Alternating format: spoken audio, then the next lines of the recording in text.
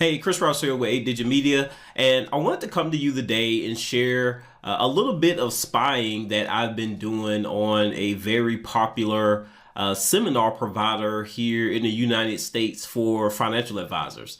And if you're an advisor, you have probably heard of White Glove Workshops.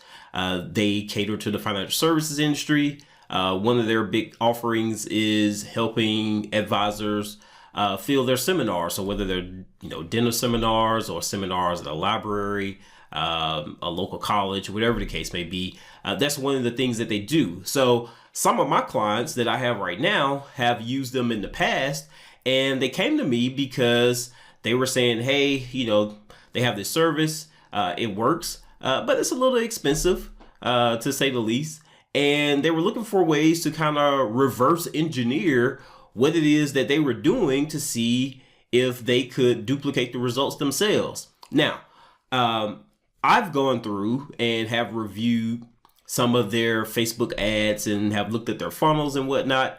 And I wanted to share some of that information with you today. Now, I am going to put out a disclaimer here and say that everything that I'm doing here is legal. So late last year, or about the middle part of last year, Facebook made it possible for you to see ads that are running for a particular page. So if you have a competitor out there and you know that they're killing it and you want to see what it is that they're doing on social, you can go to their Facebook page and you can actually look at the ads that are currently running right now.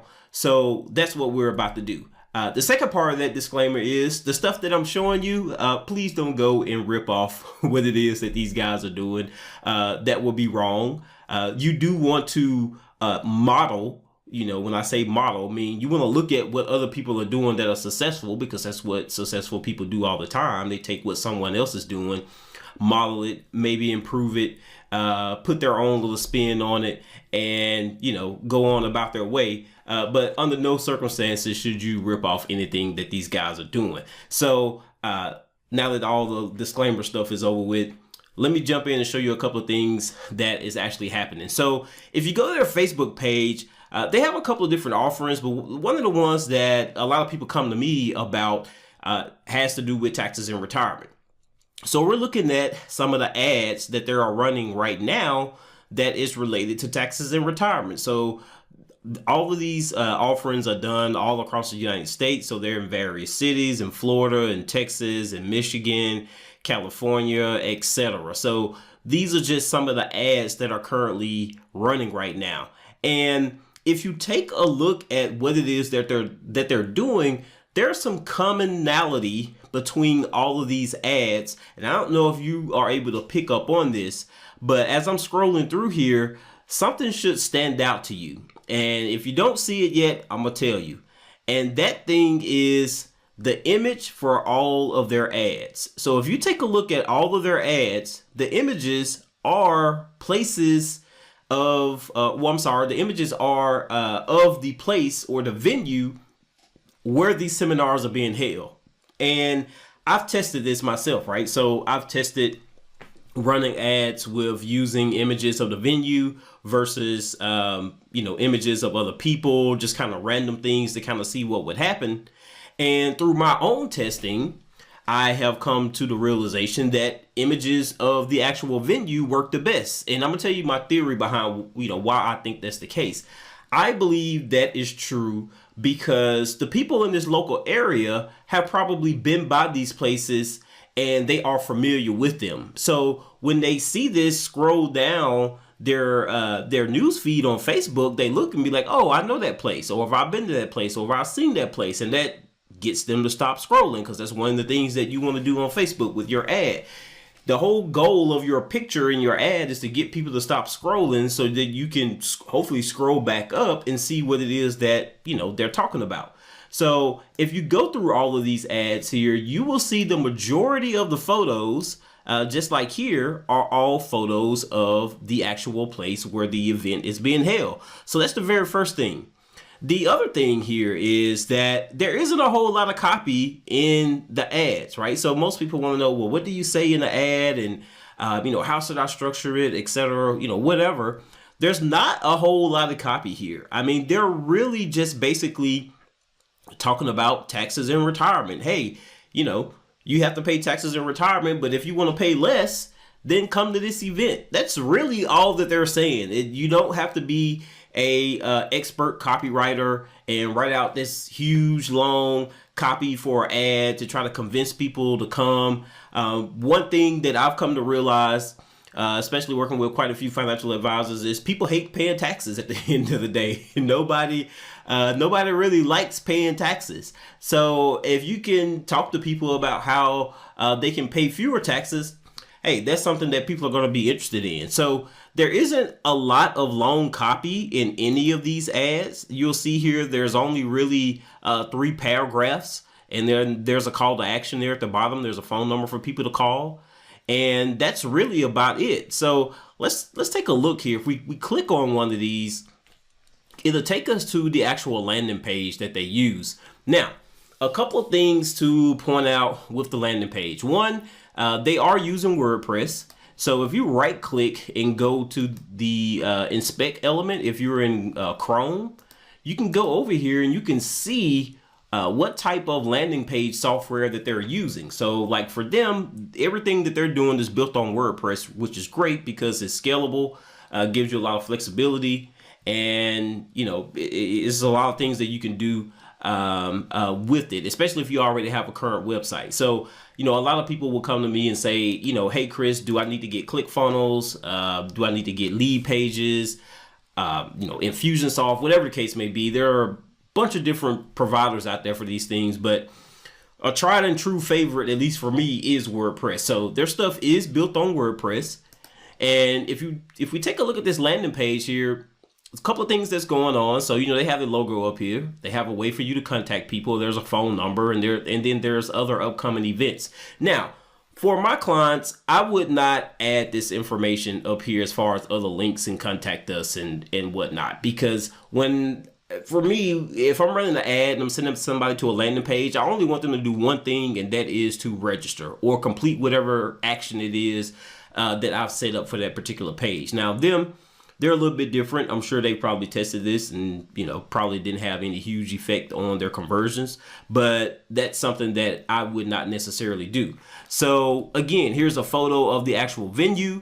It immediately calls out the name of the name of the venue, the address. Here's a map for directions.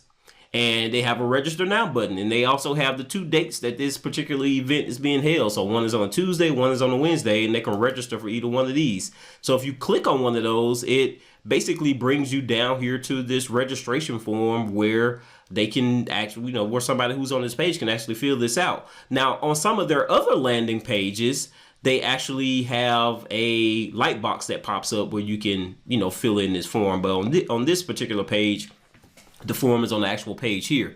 So if we keep going on, you know, here's their main headline here. You know, the new tax and financial rules have changed. Understand the potential impact taxes have on your retirement income. And they just basically kind of, you know, again, go into a little bit about that and why somebody should be concerned. Some bullet points over here to the right that lets them know, hey, why someone should actually show up. Again, information about the date and the time of the events. And they're basically just saying here that, hey, this is an educational event. You know, nothing's going to be sold or whatever. You should come out and learn more. And of course, here are their frequently asked questions. So, you know, who's actually presenting, and they provide that information. They say, who is it for? And this is very important right here as well. A lot of times people may not know if something is exactly for them. So if you can call out specifically who an event is for, it's going to go a long way in getting people to actually convert. And then here's another question. Is there a sales pitch? No, our seminars are strictly educational. While presenters may hand out business cards or brochures, provide background on their company, guests have no obligation, right? So, you know, people, they show up to these events because they don't want to be sold. You do want to go in and have a education first mindset in regards to your presentation. And then, you know, here's the actual form that's here. So they're collecting first name, last name, email, phone number. You know, check here if you would like a reminder text message. So this lets me know that they are likely using SMS to follow up with people. So we all know if you have an email list right now, email open rates are low, and they're only going to get worse. Email is not going to go away because email is kind of like your online equivalent of a social security number. Everybody has one social security number except for people have multiple email addresses, but the email address is the thing that you use to sign up for anything online. So anything that you're doing online, you need some type of email address, but people don't check their emails as much. So I'm willing to bet they are following up with people and reminding them, sending out email and SMS. They're asking if you're going to bring a guest or not. Now, there isn't any kind of conditional logic here to allow someone to put in a guest name if they do select yes or no. And then they're just asking, which event do you actually want to attend, and then you can register. Now, something else that's down here that's important, I believe, is these trust symbols, right? So you have to kind of think about your audience. If Norton is something that your audience is aware of and they feel like that's something that's going to allow their online experience to be a safe experience, then that's probably one of the reasons why they have this right below the register button, along with their Better Business Bureau accreditation, right? So a lot of people know what the BBB is, and they know that if somebody is registered with them or if they're in good standing, then those are reasons why someone could actually trust these individuals. So it's no mistake that this information is right here below the register button. And again, there's a phone number here if someone wants to actually contact them. So, it's not anything super fancy here. Obviously, this strategy works for them because they do a boatload of business. They are able to help advisors fill their seminars. And it's really nothing, special that's going on with this particular page. They're really just understanding, who their ideal client is. So they know that their ideal client is, someone in their 50s on up who doesn't want to pay taxes. And the message that resonates with them is, hey, if you want to pay fewer taxes in retirement, then you should register for this particular seminar. And the offer is the actual seminar itself. Now, you'll see in some of their ads, if we scroll through some more, this particular event was held at a place where they're not serving food. So people are still doing dinner seminars. I don't necessarily like them, even from a marketer's perspective, and I'm not even paying for the dinners. And that's just simply because people tend to show up for the wrong reasons. Now, if you're doing them, hey, that's fine. Doesn't make me any difference one way or another, but I believe you can get a much quality lead, a better quality lead if you're actually leading with education, because people are going to show up for the right reasons. So these are just some of the things that I've noticed in their particular ads. And, I've been able to, quote unquote, reverse engineer what it is that they've been doing to duplicate some success for some of the clients that I work with as well. And, everything works out really great. So if you are doing seminars and you have been using direct mail in order to fill those seminars, I would highly encourage you to take a look at using social media to do that, because you can do it at a much lower cost. So the most recent campaign that I ran for an advisor, we were sending people to a local library. And in this particular campaign, we got 46 people to register for this event. And we were collecting name, email, phone number, and address, because for this advisor, it was very important that he can actually mail stuff out to them. So there's nothing wrong with direct mail. But in his instance, he's only mailing people who he knows is likely going to actually open the mail, right? So instead of mailing out 5,000 pieces, he can mail out 46 pieces and know that somebody is actually probably going to read the mail because he's already made that contact with them on social. So, just want to share some information with you guys on how you can reverse engineer a process that will work for you and start to fill your educational seminars using social media as well. If you have any questions, feel free to reach out to me in the comment section below this video. If there is one, I haven't posted it yet, so I'm not sure how many places I'm going to do that. But either way, you can feel free to visit my website, 8digitmedia.com if you do have any questions. All right, that's it for this video. I will see you in the next one.